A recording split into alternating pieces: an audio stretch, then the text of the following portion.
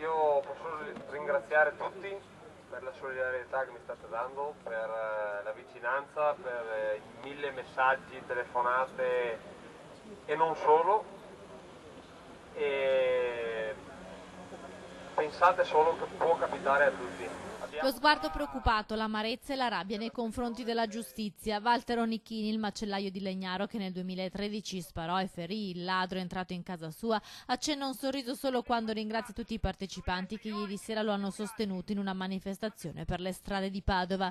In 200 hanno sfilato, tutti con la maglietta bianca, per sostenere la legittima difesa. La manifestazione, organizzata dai gruppi indipendentisti veneti, arriva a quasi un mese dalla condanna in secondo grado a 4 anni e 11 mesi per Walter, che dopo aver ferito il ladro aveva tentato di portarlo in ospedale.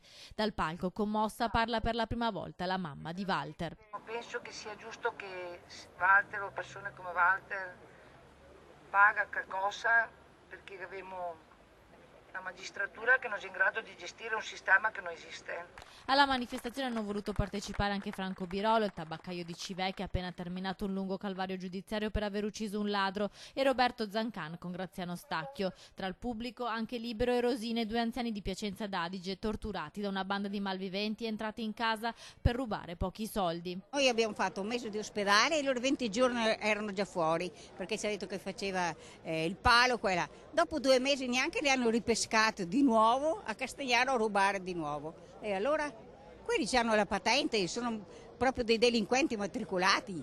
Tra gli esponenti politici molti sindaci della Lega e gli assessori regionali Giuseppe Pane e Roberto Marcato. Stiamo raccogliendo fondi per dare una mano a Walter Onichini, ma in questo paese se tu speroni la Guardia di Finanza raccogli 700-800 mila euro come ridere, invece per difendere un padre di famiglia siamo costretti noi a fare una colletta. Questo è un paese davvero che ha dei problemi grossi. Io sono qua questa sera per ribadire che la difesa è sempre legittima e che Onichini è una vittima. Walter Onichini ora attende le motivazioni della condanna in secondo grado e annuncia il ricorso in Cassazione. Vergogno ancora di più oggi di essere italiano.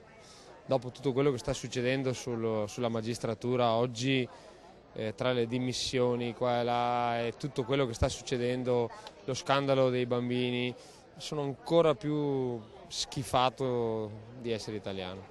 Secondo te la tua sentenza è una sentenza politica? Secondo me sì.